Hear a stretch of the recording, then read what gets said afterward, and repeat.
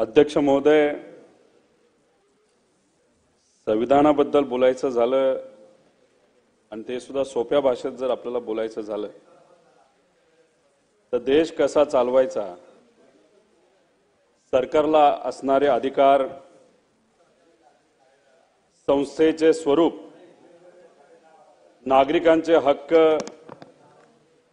या संबंधित मूलभूत नियम आणि कायद्याचा संच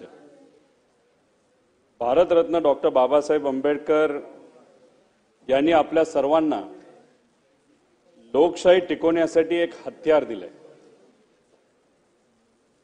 सर्वसामान्य लोकांचं एक सुरक्षा कवच आहे अध्यक्ष महोदय, आणि आपल्या या देशाचा सर्वोच्च कायदा आहे आणि या कायद्याच्या पुढे कुणी नाही हे त्या ठिकाणी आपल्या सर्वांना अध्यक्ष महोदय माहिती आहे। अध्यक्ष महोदय, या देशामध्ये आपण काम करत असताना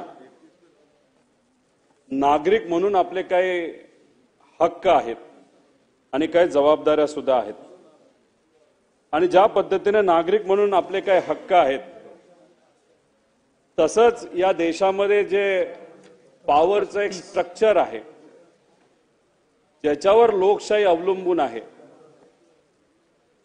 त्या स्ट्रक्चरमध्ये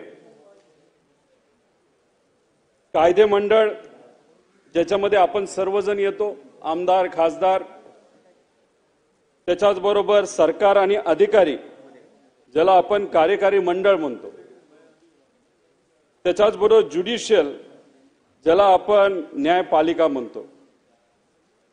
या तीन महत्त्वपूर्ण विषयावर नाहीतर जे आपला पाया आहे याच्यावर आपली लोकशाही अध्यक्ष महोदय तिथे टिकलेली आहे।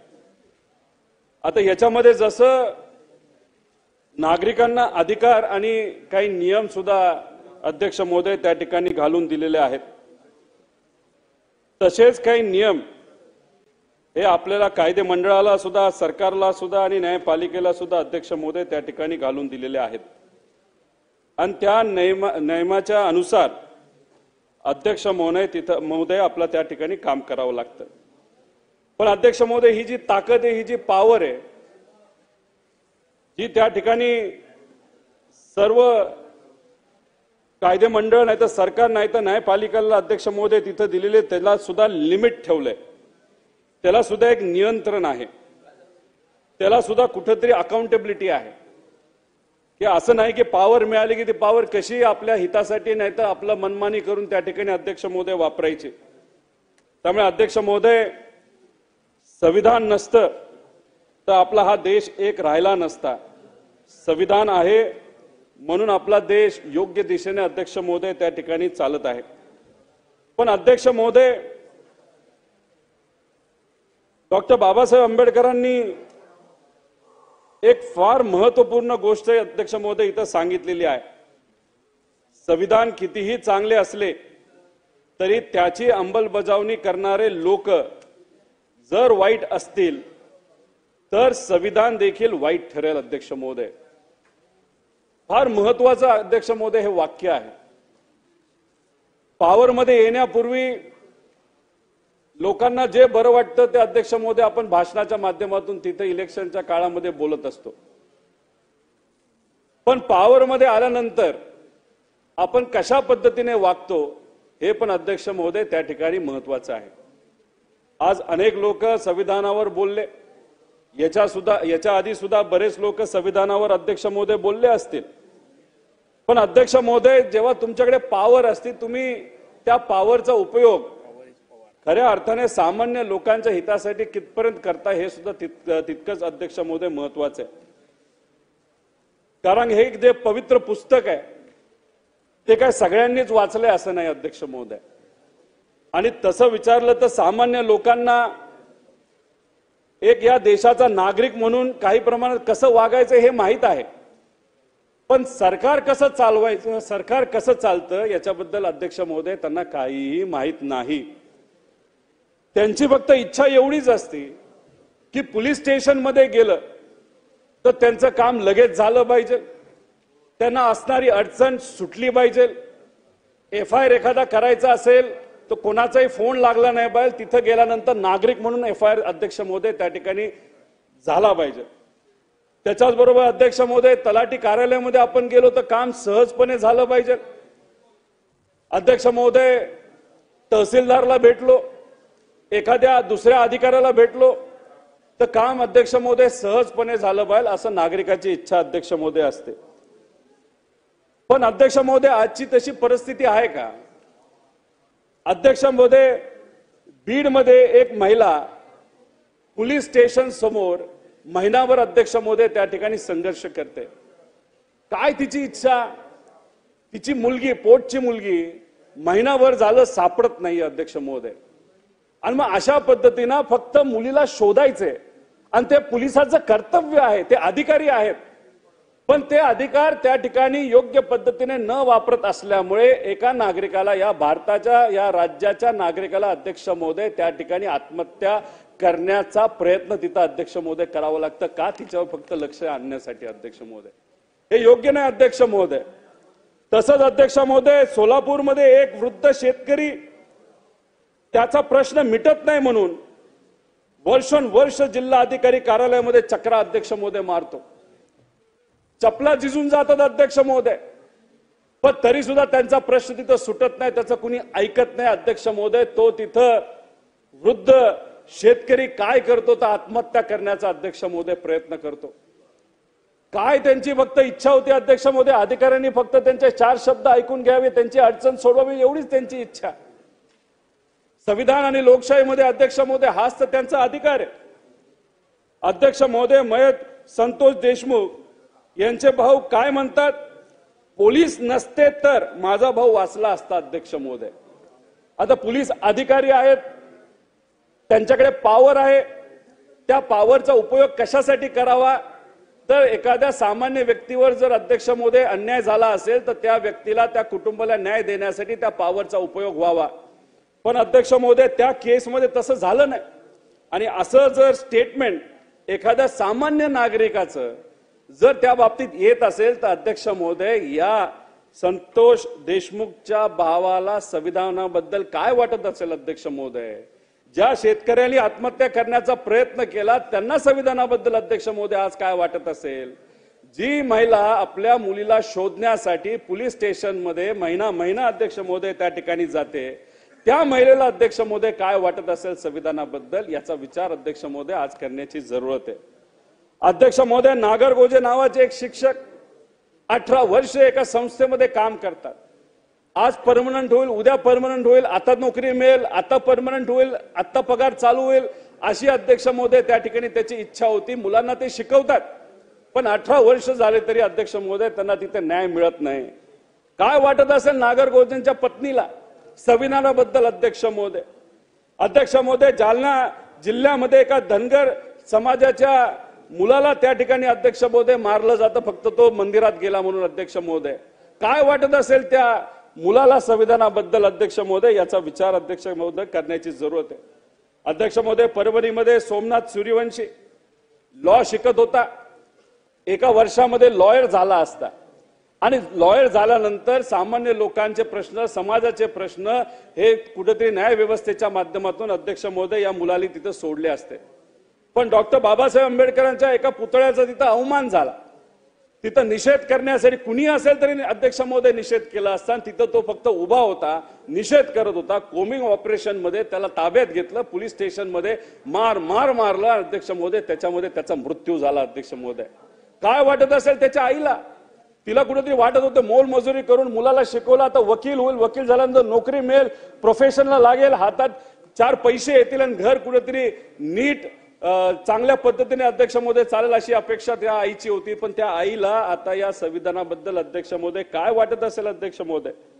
अध्यक्ष महोदय माझं एकच मत आहे की या सर्वसामान्य लोकांना फक्त एवढंच वाटतं की प्रशासनाच्या माध्यमातून त्यांना न्याय मिळाला पाहिजे।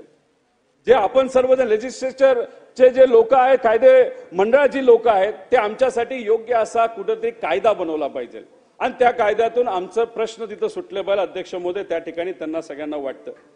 अध्यक्ष महोदय ज्युडिशियल म्हणजे न्याय व्यवस्थेबद्दल बोलायचं झालं, आमदार पात्रतेचा निर्णय अध्यक्ष महोदय 3 वर्ष झालं तो आतापर्यंत घेतला नाही. ठीक आहे, आता इलेक्शन झालं, विषय संपला अध्यक्ष महोदय. पण justice delayed is justice denied अध्यक्ष महोदय. त्यामुळे ज्युडिशियल डिपार्टमेंटची सुद्धा नाही तर ज्युडिशरीची सुद्धा काही ना काहीतरी अध्यक्ष महोदय तिथं जबाबदारी आहे. योग्य वेळेस योग्य निर्णय देणं, जो संविधानाला जोडून असेल असा निर्णय देणं अध्यक्ष महोदय तिथं अपेक्षित आहे. अध्यक्ष महोदय, आपण जर बघितलं तर सातारा जिल्ह्यामध्ये एक पत्रकार एका महिलेवर झालेल्या अन्यायाबद्दल अध्यक्ष महोदय त्या ठिकाणी त्याच्या चॅनलच्या माध्यमातून लोकांपर्यंत पोहोचत होता. महिलेचाच आवाज तो पोहोचवत होता अध्यक्ष महोदय. त्या भागामध्ये ज्या काही लोकांवर अन्याय झाला त्या लोकांचा आवाज त्यांच्या चॅनलच्या माध्यमातून अध्यक्ष महोदय तो खरात नावाचा जो वकील होता तो लोकांपर्यंत अध्यक्ष महोदय पोहोचवायचा.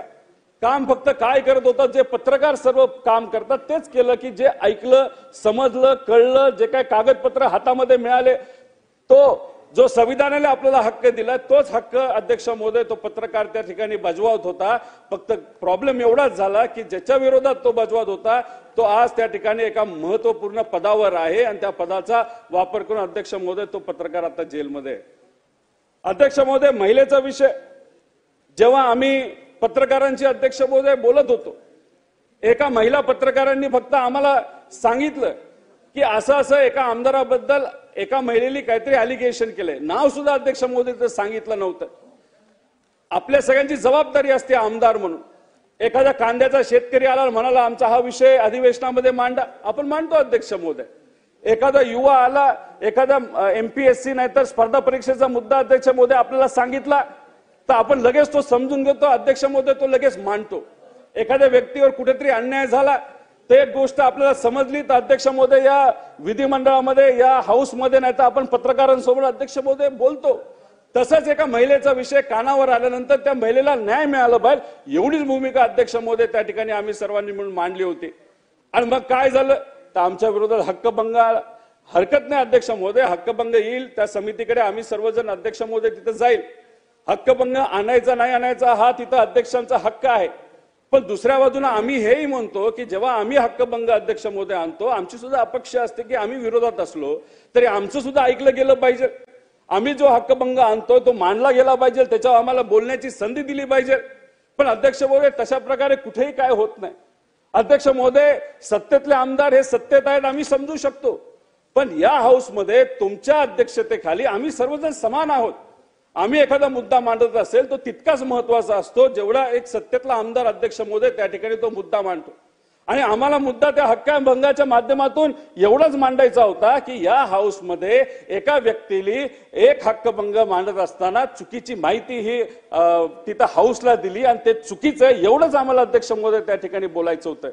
तो आमचा अधिकार आहे, संविधानाने दिलेला अधिकार आहे, लोकशाहीने दिलेला अधिकार आहे. पण तो बजावण्याची जर आम्हाला या ठिकाणी अध्यक्ष महोदय संधी दिली जात नसेल तर मग कुठेतरी बोलावं लागेल. या हाऊसमध्ये, या पवित्र हाऊसमध्ये सुद्धा संविधानाचे जे मूलभूत विषय आहेत, मूलभूत गोष्टी आहेत त्या सुद्धा अध्यक्ष महोदय त्या ठिकाणी पाळल्या जात नाही. अध्यक्ष महोदय, मला एवढंच आपल्याला विचारायचंय की हा एखादा विषय महिलेच्या अत्याचाराचा तुमच्यापर्यंत आला असता तुम्ही सुद्धा अध्यक्ष महोदय हा विषय त्या ठिकाणी घेतला असता. अध्यक्ष महोदय, तसंच मला तुम्हाला विचारायचंय की एक मातंग समाजाचा व्यक्ती आहे, कुटुंब आहे, स्वतःच्या हक्कासाठी अध्यक्ष महोदय ते लढतंय. भिसे नावाचं ते कुटुंब आहे. त्यांच्या बाबतीत काय झालं की त्यांच्या वडिलांचा फोटो वापरून, त्यांच्या वडिलांचं नाव वापरून, जे वडील 2016लाच अध्यक्ष महोदय त्या ठिकाणी वारले होते, मृत झाले होते, त्यांचं नाव वापरून फोटो नवीन, त्यानंतर आधार कार्ड नवीन, अशा पद्धतीने गरिबाची जमीन जर हडपली जात असेल, त्याच्या विरोधात आम्हाला जो बोलायचं असेल आणि ते जर बोलून दिलं जात नसेल तर अध्यक्ष महोदय कितपत योग्य आहे? त्या भिसे परिवाराला कधी न्याय मिळणार? का फक्त ते SC समाजाचे आहेत, गरीब आहेत, त्यांच्याकडे पैसा नाही, त्यांच्याकडे कुठेतरी एका नेत्याचा वर्धास्त नाही म्हणून त्या ठिकाणी त्यांच्यावर अन्याय होत असेल तर तो अन्यायाला त्या ठिकाणी न्याय देण्याचा प्रयत्न ह्या विधिमंडळामध्ये अध्यक्ष महोदय झाला पाहिजे आणि त्यासाठी प्रत्येक आमदारांनी सुद्धा या विषयामध्ये अध्यक्ष महोदय लक्ष दिलं गेलं पाहिजे. अध्यक्ष महोदय, हाच विषय मांडत असताना जर आपल्या सरकारचा पैसा आहे का आपला नसतो अध्यक्ष महोदय, हा सरकारचा सामान्य लोकांचा टॅक्सचा पैसा असतो. तो योग्य पद्धतीने वापरला गेला पाहिजे याची जबाबदारी अध्यक्ष महोदय सरकारची आहे। आणि जर आपल्याला असं कळालं असेल की तो पैसा चुकीच्या पद्धतीने वापरून करून त्याच्यामध्ये जर भ्रष्टाचार झाला असेल, मेलेल्या लोकांच्या नावावर कोविडच्या काळामध्ये जर पैसा खाल्ला गेला असेल आणि तो विषय जर पुढे आणायचा असेल तर अध्यक्ष महोदय त्याच्यावर चर्चा झाली गेली पाहिजे अध्यक्ष महोदय। कारण का शेवटी न्याय दिला गेला पाहिजे, संविधानामध्ये आपला तो हक्क आहे अध्यक्ष महोदय। ठीक आहे, मगाशी एका विषयाच्या बाबतीत बोलत असताना मुख्यमंत्री साहेबांनी माझं नाव घेतलं, सुप्रियाताईंचं नाव घेतलं। अध्यक्ष महोदय, आम्हाला तो विषय आमच्याकडे आला, आम्हाला सांगण्यात आलं त्या महिलेला न्याय मिळाला पाहिजे, पत्रकारांना न्याय मिळाला पाहिजे यासाठी माहिती घेण्यासाठी 1-2 फोन त्या ठिकाणी केले असतील, 100-200 फोन तर अध्यक्ष महोदय तिथे केले गेले नाहीत। ठीक आहे, तिथे कारवाई चालली आहे, पारदर्शक पद्धतीने व्हावं, जे खरंय ते लोकांसमोर यावं अशी आमची अध्यक्ष महोदय भावना आहे। पण अध्यक्ष महोदय, आमचं हे सुद्धा म्हणणं आहे की एका मोठ्या पॉवरफुल व्यक्तीच्या विरोधात, एका मंत्र्याच्या विरोधात आमच्याकडे एवढे सारे पुरावे आहेत, जी कारवाई तुम्ही आमच्यावर करताय नाही तर ज्या पद्धतीने तुम्ही इन्व्हेस्टिगेशन करत आहात, हे जे गरिबाचे विषय आहेत एका पॉवरफुल व्यक्ती मंत्र्याच्या विरोधातले, याच्याबद्दल तुम्ही बोलणार आहात का? याच्याबद्दल तुम्ही त्या ठिकाणी इन्व्हेस्टिगेशन करणार आहात का? जर खऱ्या अर्थाने या विषयावर जर इन्व्हेस्टिगेशन अध्यक्ष महोदय झाले, एवढे पुरावे असताना, तर आपण म्हणून या अधिवेशनामध्ये नाही तर या हाऊसमध्ये संविधान अजून जिवंत आहे अध्यक्ष महोदय। पण फक्त आम्ही विरोधात आमच्यावर कारवाई आणि जे सत्तेत आहेत त्यांच्याकडे पॉवर आहे म्हणून त्यांच्यावर कारवाई केली जात नसेल, त्यांच्या विरोधात अध्यक्ष महोदय कितीही पुरावे असले तरी तर हे अध्यक्ष महोदय त्या ठिकाणी योग्य नाही। अध्यक्ष महोदय, आम्ही विषय का मांडतो? कारण का अध्यक्ष महोदय, जो महिलेचा विषय अध्यक्ष महोदय आम्ही घेतला होता, जी महिला संविधानाचा हक्क मागत आहे, स्वतःला न्याय मागत आहे, अशी ते अध्यक्ष महोदय महिला त्या ठिकाणी भांडत असताना तिच्यावर ज्या व्यक्तीने कारवाई केली, जो अधिकारी आहे देवकर नावाचा, अध्यक्ष महोदय त्या देवकर अधिकाऱ्यावर संविधानाचाच हक्क आहे अध्यक्ष महोदय। अध्यक्ष महोदय, आता अनेक लोक बोलले अध्यक्ष महोदय, आता त्या पोलीस अध्यक्ष महोदय त्या पोलीस अधिकाऱ्यावर, अध्यक्ष महोदय त्या पोलीस अधिकाऱ्यावर प्रॉस्टिट्यूशनचे तर तस्करीचे त्या ठिकाणी अध्यक्ष महोदय गुन्हे आहेत। त्याच्याच बरोबर पुण्यामध्ये एक गुन्हा दाखल आहे ज्याच्यामध्ये अध्यक्ष महोदय असं सांगण्यात आलंय की त्यांनी एका लोकांना प्रेरित केलं तिथं त्या ठिकाणी आत्महत्या करायला। तर हा अधिकारी जर महिलांच्या विरोधातले गुन्हे त्या अधिकाऱ्यांवर असेल आणि तोच अधिकारी जर इन्व्हेस्टिगेशन ऑफिसर म्हणून असेल तर त्या महिलेवर तिथं न्याय कसा मिळणार अध्यक्ष महोदय? तर अध्यक्ष महोदय आम्ही संविधानावर बोलतोय, आम्ही गरिबाच्या हक्कावर अध्यक्ष महोदय त्या ठिकाणी बोलतोय। अध्यक्ष महोदय, आमचं फक्त एवढंच मत आहे की अध्यक्ष महोदय, जो गरीब माणूस त्या ठिकाणी बसलेला आहे, जी महिला अध्यक्ष महोदय त्या ठिकाणी आहे, तिला संविधानाने न्याय देण्याची अध्यक्ष महोदय बोला ना, सांगितलं ना बोला, सांगितलं ना बोलायला लावलं त्यांना। अध्यक्ष महोदय, सदनातले सर्व सदस्य या ठिकाणी भारतीय गणराज्याला 75 वर्ष पूर्ण झाली, त्याच्याबद्दल आपण राज्यघटनेच्या विषयी चर्चा करतो। सन्माननीय मुख्यमंत्र्यांनी उत्तरामध्ये काही सांगितलं, त्याचा संबंध जोडून इकडे त्या विषयावर बोलणं हे विषयाला पूर्णपणे सोडू नये। आम्ही इथे इतक्या वेळ बसलोत कशा करता? तर आम्हाला राज्यघटनेवर बोलायचंय म्हणून, आणि तुम्ही एकतर ते रेकॉर्डवरनं काढून टाका आणि त्यांना सांगा भारतीय राज्यघटनेवर त्यांना जेवढी वेळ असेल तेवढ्यावर त्यांना बोलू द्यावं, हे काढून टाका तुम्ही।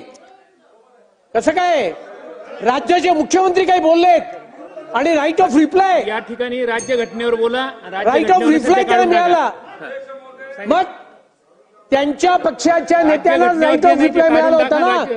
बोला अध्यक्ष महोदय, मला फक्त विनंती आहे, ते म्हणतायत मुख्यमंत्री साहेबांचं नाव काढायचं, नक्कीच काढा। याच्या पुढे अध्यक्ष महोदय बोलत असताना अहो सांगितलं ना, मुख्यमंत्री साहेबांचं नाव काढा, त्यातून रुलिंग दिलं मी अध्यक्ष महोदय। पण अध्यक्ष महोदय, दुसरा एक महत्वाचा विषय या ठिकाणी मांडतो की आम्ही 3 ते 3.5 लाख लोकांचं प्रतिनिधित्व अध्यक्ष महोदय त्या ठिकाणी करतो। आम्हाला काही अधिकार असतात, आम्ही या विधिमंडळामध्ये लक्षवेधीच्या माध्यमातून, प्रश्नाच्या माध्यमातून, इतरही काही वेगळे आम्हाला ज्या काही पॉवर्स असतात त्याचा उपयोग करून आमच्या मतदारसंघातले अध्यक्ष महोदय या ठिकाणी आम्ही विषय मांडत असतो। विषय मांडत असताना आम्ही जेव्हा एखादा प्रश्न मांडतो त्याला उत्तर दिलं जातं, उत्तर जर आम्हाला योग्य वाटलं तर आमचं समाधान अध्यक्ष महोदय त्या ठिकाणी होतं। पण जेव्हा उत्तर दिलं जातं त्याला आपण आश्वासन म्हणतो. आता जेव्हा आश्वासन अध्यक्ष महोदय दिलं जातं तेव्हा आपल्या सगळ्यांची अपेक्षा असते की ते आश्वासन पूर्ण सुद्धा झालं पाहिजे. अध्यक्ष महोदय, हा जो संविधानाने दिलेला हक्क आहे, नाही तर या विधिमंडळाला जो हक्क आहे, जो आश्वासन जे दिलं जातं ते अध्यक्ष महोदय पूर्ण पण त्या ठिकाणी झालं पाहिजे. अध्यक्ष महोदय, माझ्या मतदारसंघामध्ये पाटेगाव इथं MIDC व्हावी यासाठी मी अनेक वेळा अध्यक्ष महोदय त्या ठिकाणी मुंडे बांधले होते. पण आमची अध्यक्ष महोदय विनंती एवढीच आहे की लोकांची इच्छा आहे, लोकांचं म्हणणं आहे, आमचं सुद्धा हे म्हणणं आहे की या हाऊसच्या माध्यमातून, या पवित्र हाऊसच्या माध्यमातून जे विषय आम्ही इथं मांडतो ते संविधानाला धरून आहेत, ते त्या ठिकाणी मान्य झाले पाहिजे. जर मान्य झाले असेल, आश्वासन दिलं गेलं असेल तर आश्वासन पूर्ण झालं पाहिजे. त्यामुळे जे काही आश्वासन अध्यक्ष महोदय तिथं दिली गेलीत ती पूर्ण झाली पाहिजे अशी अध्यक्ष महोदय त्या ठिकाणी एवढंच या ठिकाणी आम्हाला सांगतो. आणि जाता जाता फक्त अध्यक्ष महोदय एवढंच आहे की अध्यक्ष महोदय की संविधान टिकवण्यासाठी आपल्या सगळ्यांची अध्यक्ष महोदय ती जबाबदारी आहे. विरोधी पक्ष असू द्या नाही तर सत्तेतले पक्ष असू द्या. फक्त जाता जाता एवढंच आहे की या विधिमंडळाला ताकद देण्यासाठी, सामान्य लोकांना अजून ताकद देण्यासाठी विरोधी पक्षपदाचा जो विषय आहे, जो प्रलंबित आहे, तो त्या ठिकाणी मार्गी लावावा एवढीच विनंती या ठिकाणी करतो. थांबतो. जय हिंद, जय महाराष्ट्र. नारायण कुटे.